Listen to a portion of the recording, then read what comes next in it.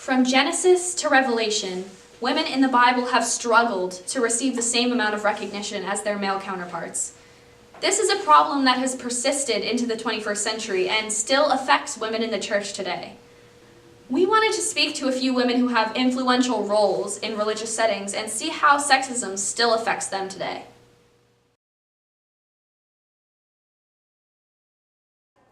So I usually find it in kind of very slight ways. It's not always like overt, but if I get a call at the office and somebody says, is the pastor there?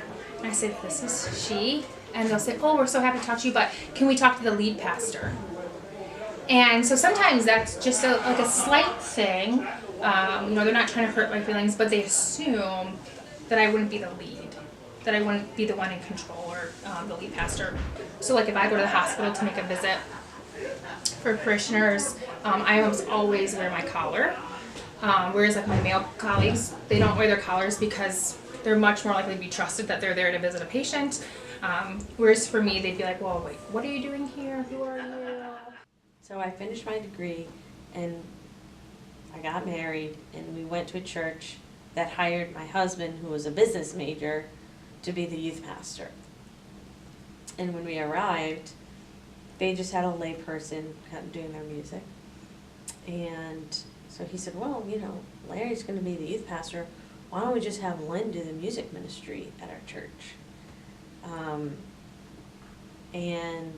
He was like leading congregational singing and helping put the worship services together and leading the choir.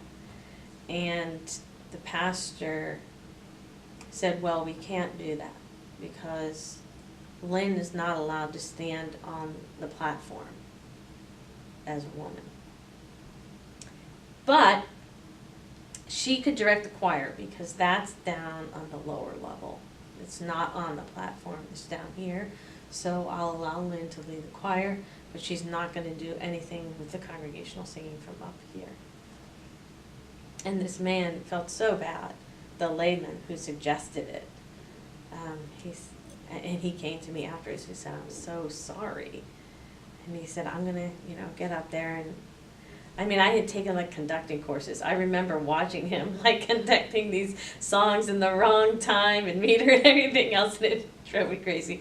But I don't know, I'm sure I was not always okay with it, but I am okay with it now, with what happened. It was it was just this pastor. It was just only what he knew.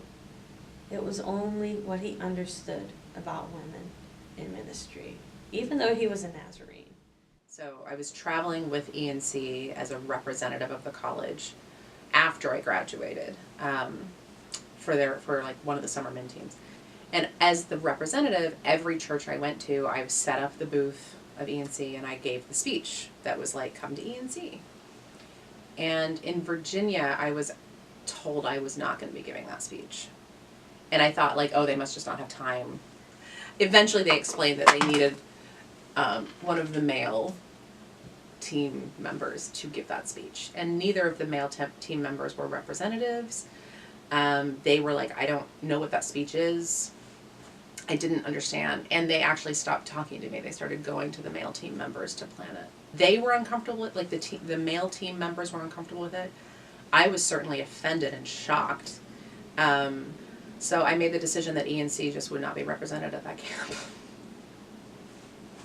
I just thought that this doesn't represent E&C either for them to do that. And it really threw me because I hadn't been treated like that, and it does speak, I think, to culture.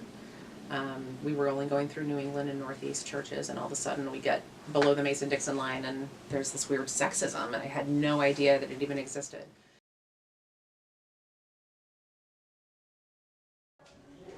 So my favorite story is the woman at the well that you find in the Gospel of John. And I don't know if you know the story, but right, so Jesus comes to the well and there's this woman and they have this conversation, and then, she drops her bucket and like runs away and goes to the town to tell people the good news. And I love that mainly because, one, Jesus is talking to a woman. and it's a woman that other people either were afraid to talk to or weren't necessarily wanting to talk to, and there's Jesus, and they're talking back and forth, and she has the confidence to talk to him and not be silent. So it's Hagar, and it's been her for a long time. And I identify with her in a few different ways, but when we think about the story of Hagar, someone who suffered abuse, really, at the hands of Abraham and Sarah. And then she is, she's cast out, and in her being marginalized, in her brokenness, in her being isolated, she finds God in that place. And she's the one, it's not Abraham, it's not Sarah in the story. It's Hagar is the one who declares and actually names who God is. And if I'm recalling right, she is the first person in Scripture who names who God is. God is the one who sees me. God is the one who hears me. And she gives God those names. Doing the Bible Women's Project, we all had to bring in a story of a woman from the Bible that we were either in love with, or we struggled with, or we'd never heard of.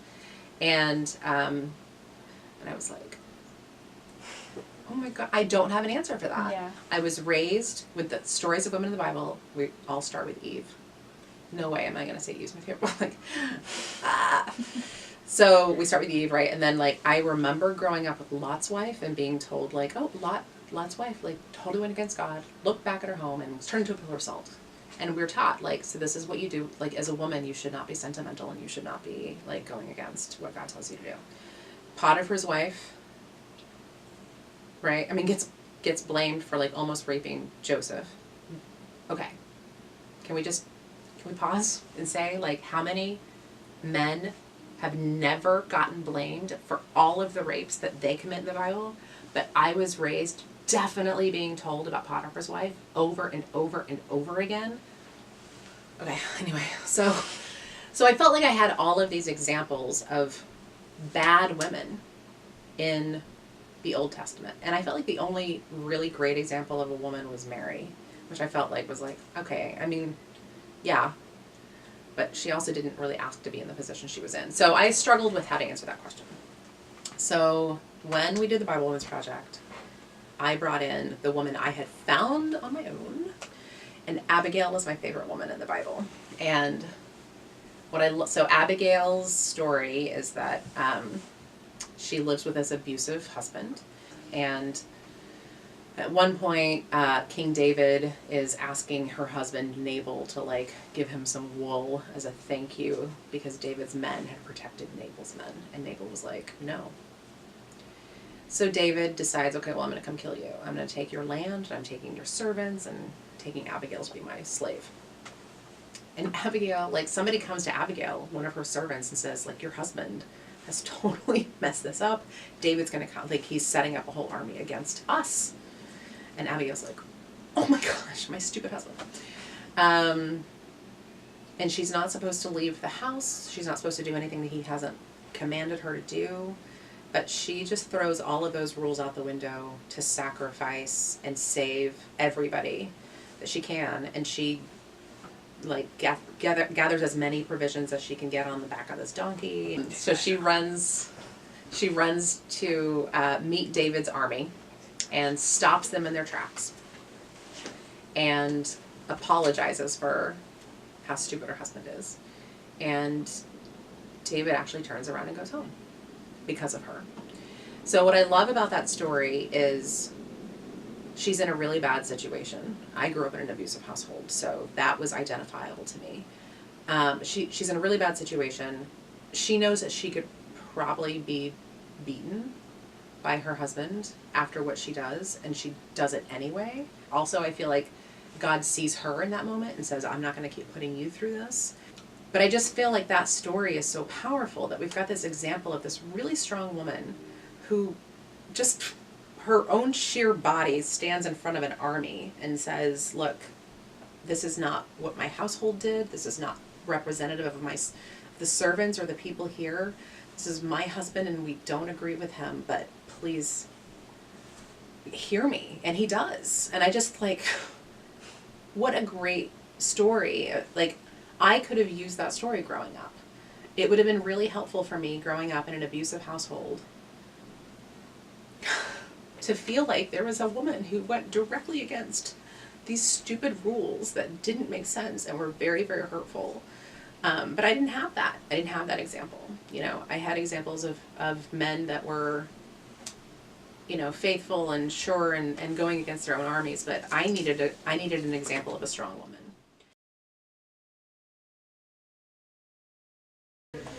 Yeah, I will say what's really interesting is in my time here, I think especially as like the Me Too movement has come to the forefront, I think being a woman myself, that I receive more stories from other people because they trust me with those stories. And so I have found it important to be a person that holds them and protects them, but also kind of lifts those stories up.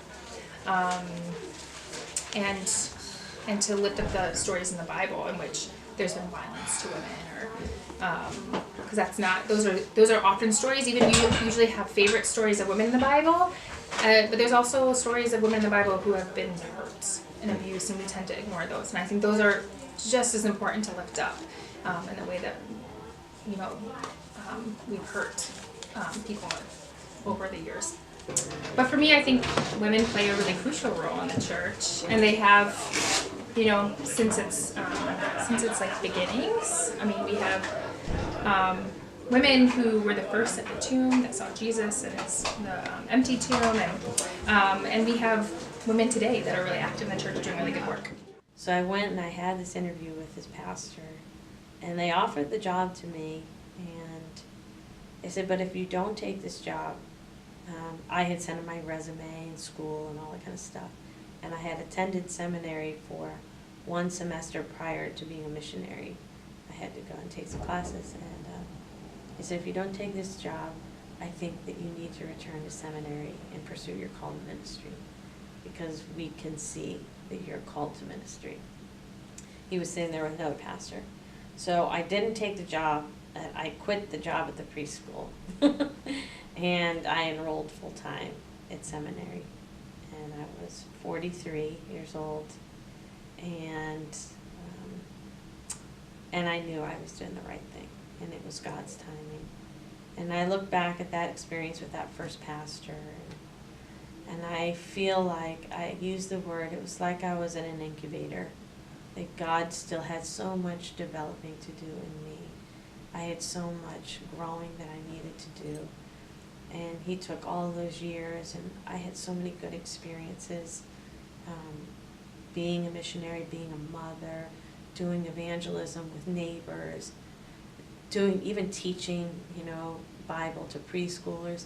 God just took all of that stuff, and he was preparing me just for this moment when God said it's time to really return to that call. What's the importance of women's roles in the church? To tell these stories, to see these stories, right? To read 2 Samuel and go, why are we preaching about Abigail? Right? Why aren't we preaching about Michal? Like, Michal's story is really, I'm struck by now. And there's just so, we ask women to identify with men's stories, or we ask them to believe that they're bad. That's what we get.